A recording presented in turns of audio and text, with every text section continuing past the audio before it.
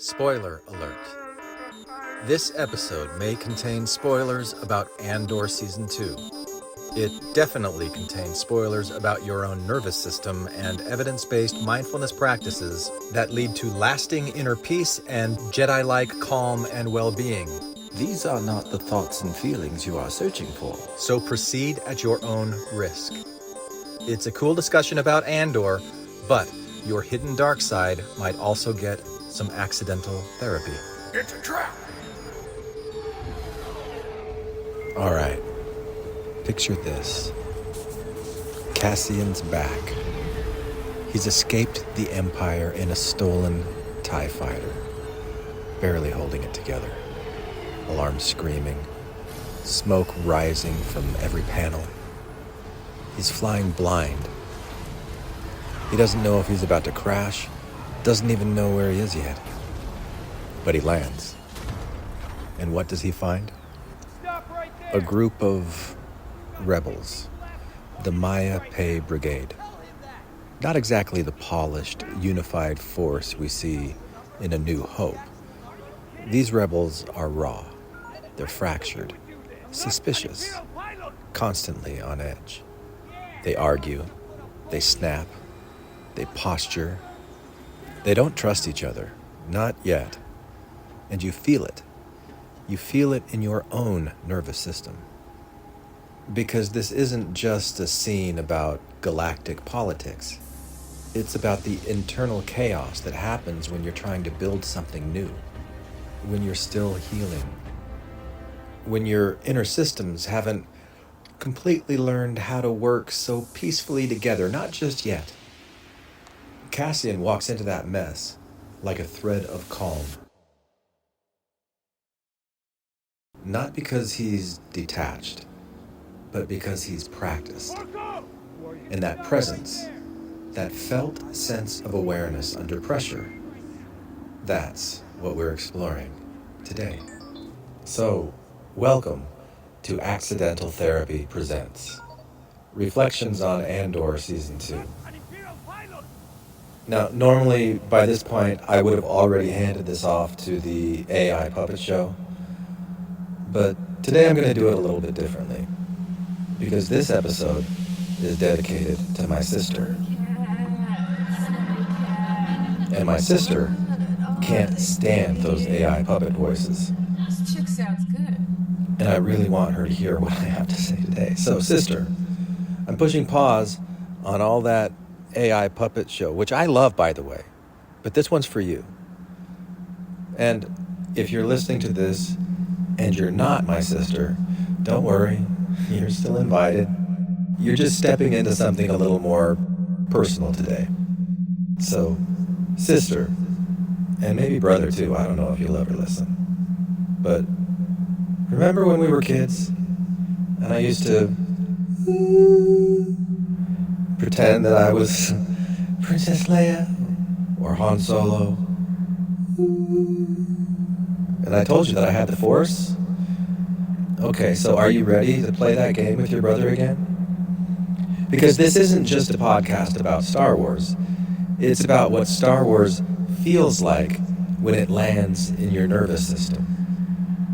It's about the parts of you that are still learning to trust, still learning to heal, still learning to hope. Underneath this whole episode, there's also this carefully designed soundscape, a kind of bacta tank for your brain. You remember Luke when he was wearing that diaper on Hoth in Empire Strikes Back? That's a bacta tank. Anyway, we'll talk more about that later. But for now, just know that it's there. Like a warm field of sound beneath everything else. A place for your nervous system to soften.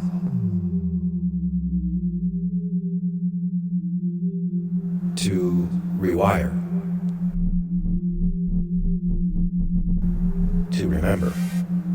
So, let's dive in.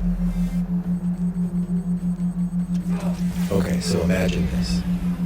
Cassian. He's just barely escaped in a stolen TIE fighter. Alarms still screeching. hull patched together with hope and sheer stubbornness. He crash lands on a remote jungle moon. We don't even know the name of it yet in the show, but for the lore nerds, it's Yavin 4. And if that doesn't ring a bell, don't worry. Yavin 4 is the future rebel base where 4 years from now, they'll launch the attack that blows up the first Death Star. But right now, there's no rebel fleet. There's no polished strategy. Just jungle and chaos. Instead of allies, Cassian finds the Maya Pei Brigade, a ragtag group of angry, desperate fighters. The kind of rebels who argue more with each other than they do with the Empire. And you feel it right away. Mistrust, fear, pride, blame. It's like a pressure cooker, ready to explode.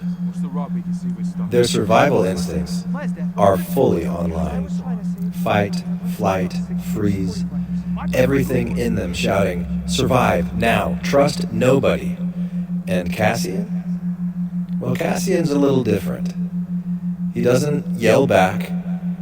He doesn't posture. He doesn't provoke. He watches. He waits. His body ready to move, but his mind stays clear. Because even though he doesn't know the full shape of it yet, Cassian is carrying something precious. Hope. The same fragile thread that runs through every story in Star Wars. The same hope Leia speaks of when she sends that message. Help me, Obi-Wan Kenobi. You're my only hope. The hope not just to survive, but to live. To be free. To experience. To become something more than fear. And when you watch Cassian trapped in that jungle clearing, with blasters pointed at him and accusations flying, when you see him choose calm over panic, strategy over impulse, you realize how delicate this hope really is. If one thing had gone differently, if one blaster shot had landed a few inches closer, if Cassian had snapped back in fear or lost focus for even a second, then the chain of events as we know them, the Death Star plans, the rebel victory, it all could have vanished right there. But somehow, he threads the needle. Not because he's invincible, not because he's fearless, and not just because he's a fictional character in a Star Wars story, but just come on, go with me on this. It's because he's learned. Maybe the hardest lesson of all, how to stay present when everything else is falling apart. And that's the real magic, isn't it? Cassian isn't the muscle of the rebellion. He's its nervous system, the quiet, steady signal that says, not yet, not today, we go forward. And this rebel group around him, the Maya Pei Brigade, falling apart under their own survival instincts, they're not just a plot device. They're a mirror of something inside all of us. Our own internal alliances under stress. Our own fractured parts struggling to trust. Because life didn't come from order, it came from chaos. From fragile beginnings, clumsy experiments, hopeful leaps into the unknown. And Cassian? Cassian is that hope, walking a tightrope, teaching us that sometimes survival is not about brute strength. Sometimes survival is the quiet art of noticing, waiting, moving at just the right moment. And somehow, against all odds, that's enough. Okay, so now let's zoom in even closer. Because what we're seeing in that rebel camp, all the arguing, the mistrust, the hair-triggering fear, It's not just a breakdown in teamwork. It's a neural rebellion. It's like watching the inside of a stressed out human brain spilled out into the jungle. Think about it this way. Inside your own head, you've got a rebel alliance too. About 37 trillion cells all working together to keep you alive, moving, thinking, feeling. And not just cells. You've got a whole brain system that evolved in layers, stacked on top of each other, evolving for over millions of years. Each system with its own agenda. Each system believing it's the hero of the story. And sometimes, just like that rebel group, they don't always agree. First, you've got the basal ganglia, your ancient reptilian brain. Survival instincts, fight, flight, freeze. Snap reactions with zero time for reflection. If the basal ganglia were a rebel faction, they'd be the ones shouting, "Trust no one, hit first, hide." Good in a crisis, but not exactly great at negotiation. That's the Maya Pei Brigade's default setting, right? Quick to anger, slow to trust, laser focused on survival at all costs, even if it means tearing each other apart.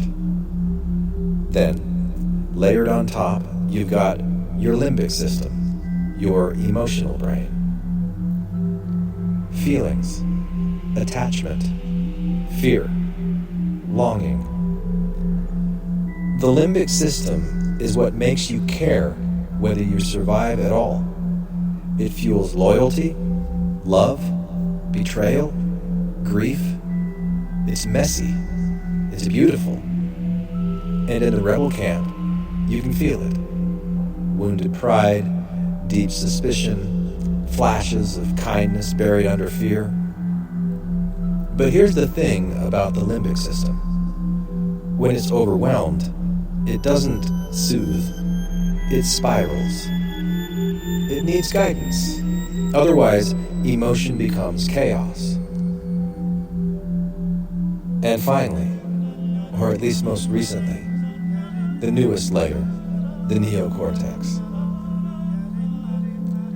The thinking brain, the Jedi Council of your mind. This is where reasoning happens. Pattern recognition, planning, long-term strategy, and this is where Cassian lives. He's not being controlled by his reflexes. He's not swept away by fear or anger. He feels them, yes, but he stays aligned. He observes. He thinks ahead. He looks for openings, not just for escape, but for something bigger. The Maya Pei Brigade? They're stuck in the earlier brain layers. Basal ganglia firing danger signals, limbic system flooding emotion. No one at the neocortical table calling for strategy, patience, long view.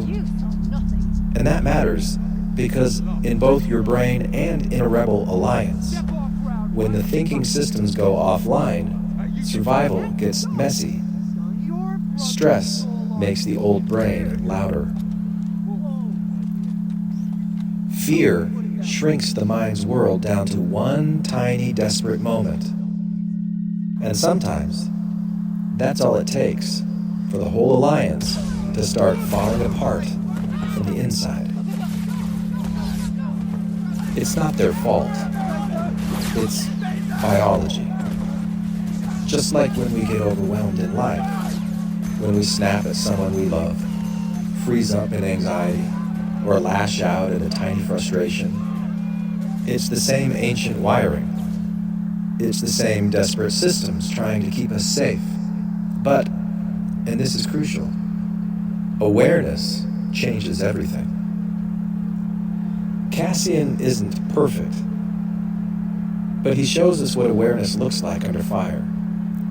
That fragile thread of hope isn't powered by strength or bravado.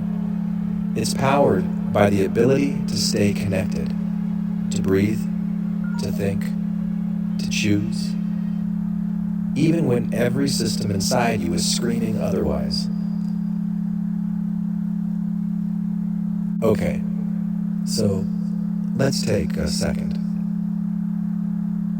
You might have noticed that soft soundscape playing quietly underneath this conversation. It's not random. I like to call it the bacta tank of sound. Just like the bacta tanks in Star Wars, where injured pilots and rebels floated in that blue, glowing liquid to heal their wounds. This soundscape is designed to be a healing field. But instead of bandwagons, instead of bandages and medicine, it's working at the level of your nervous system. Here's how. You are hearing something called binaural beats. It's pretty simple, but kind of amazing. A slightly different tone is played into each ear, like 174 hertz on the left, 164 hertz on the right, and your brain, being the brilliant rebel alliance it is, picks up on the difference and it creates a third tone, in this case, a gentle 10 hertz beat. This process is called neural entrainment. It's like your neurons are being invited, not forced, but invited, to sync up with a calming rhythm.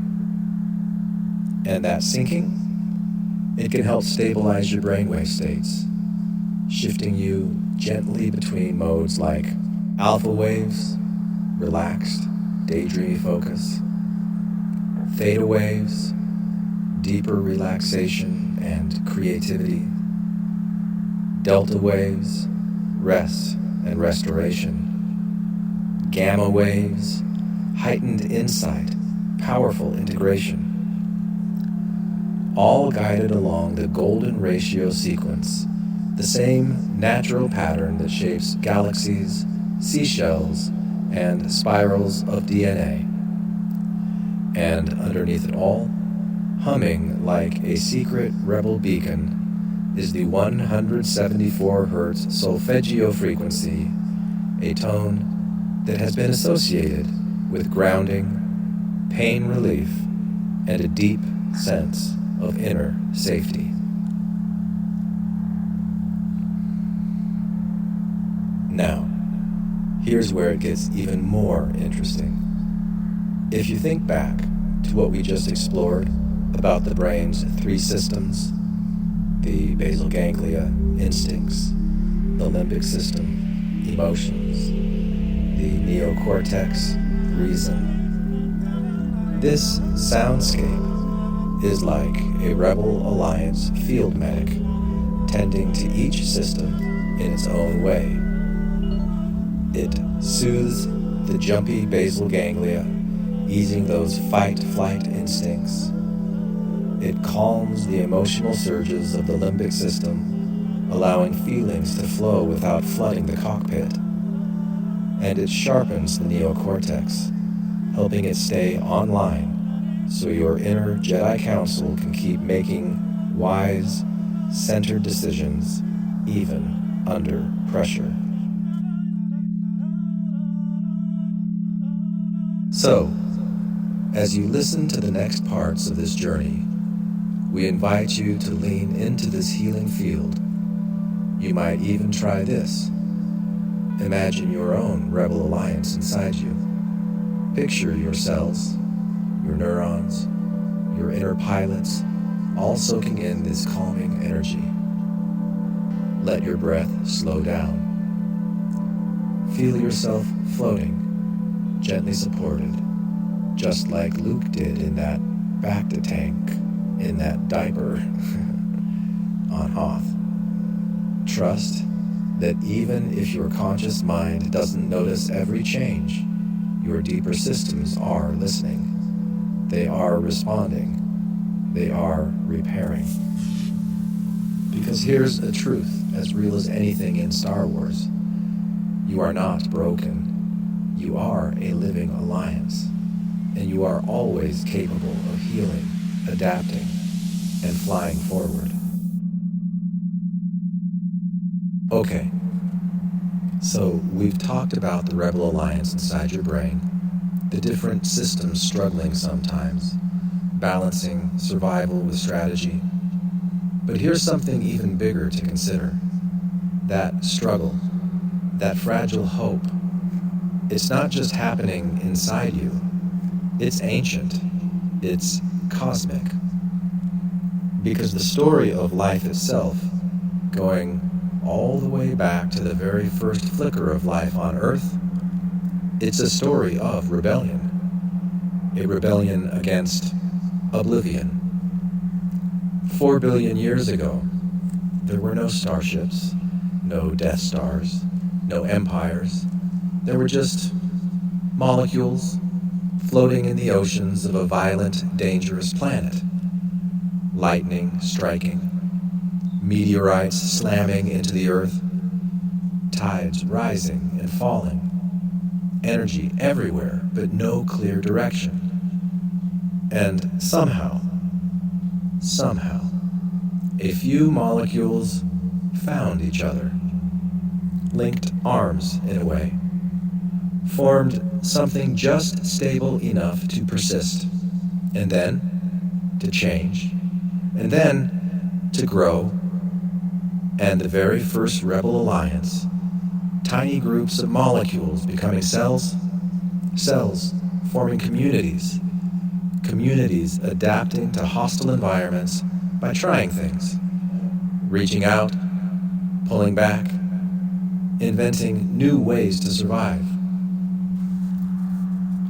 mutating, failing, trying again, not with perfect blueprints, not with control, but with something far more powerful.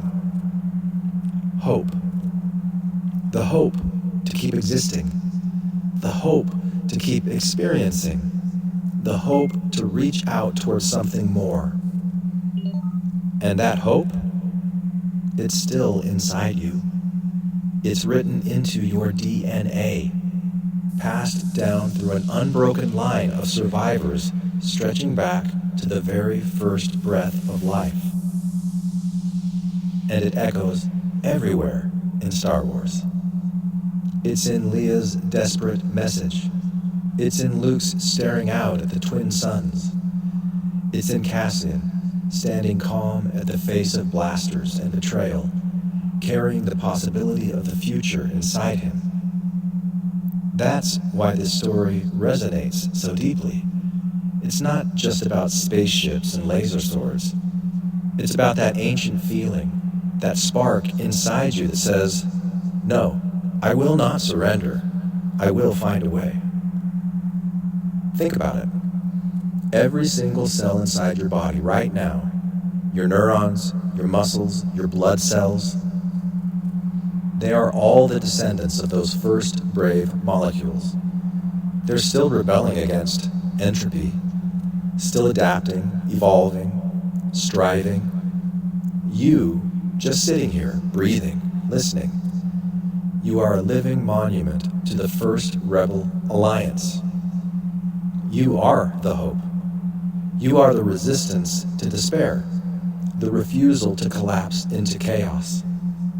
And the more you become aware of this, the more you listen, the more you tune into that inner alliance, the stronger your connection becomes. Not by brute force, not by crushing fear, but by trusting the tiny, trembling thread of hope that has carried life this far.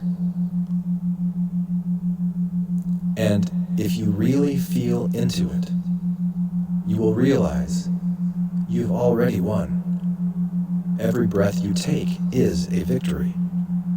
Every heartbeat is a light-speed jump forward. Every act of kindness, courage, creativity, it's a tiny Death Star exploding in the dark. The Force isn't somewhere far away. The Force is you, and it has been since the beginning.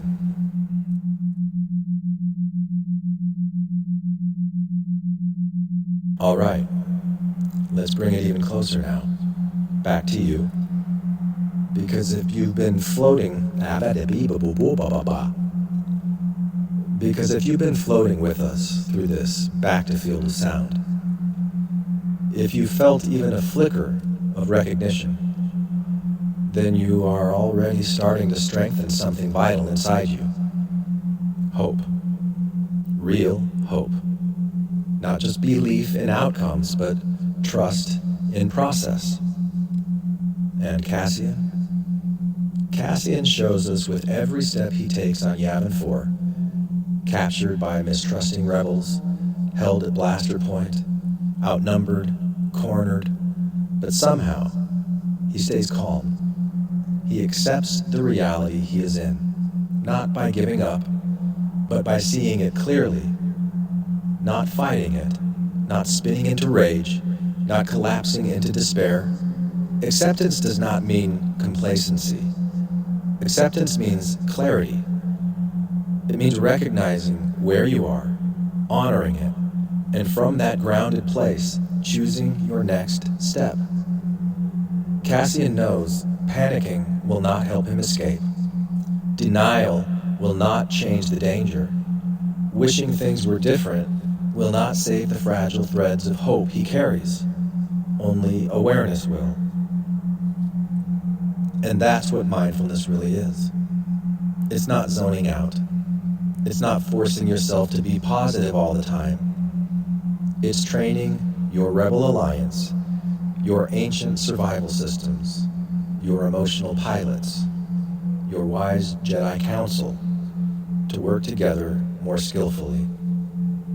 It's creating just enough space between stimulus and reaction that the neocortex, your inner Cassian, can choose wisely. And here's how you can deepen that right now. As you listen to the rest of this soundscape, you might imagine that each soft pulse, each hidden beat, is a signal. A tiny astromech droid inside you, repairing connections between systems, soothing the basal ganglia, calming survival reflexes, supporting the limbic system, letting emotions flow without crashing the ship.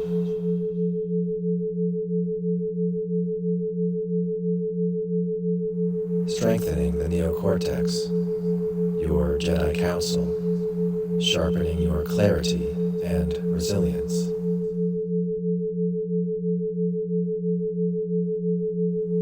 The 174 Hz tone anchoring this whole experience. You can think of it like a low hum of the Force itself, gently restoring balance where fear once ruled. And you do not have to force anything. Your body already knows how to heal. Your nervous system already wants to integrate. Your rebel alliance within is always seeking homeostasis, balance, connection, resilience. All you have to do is listen.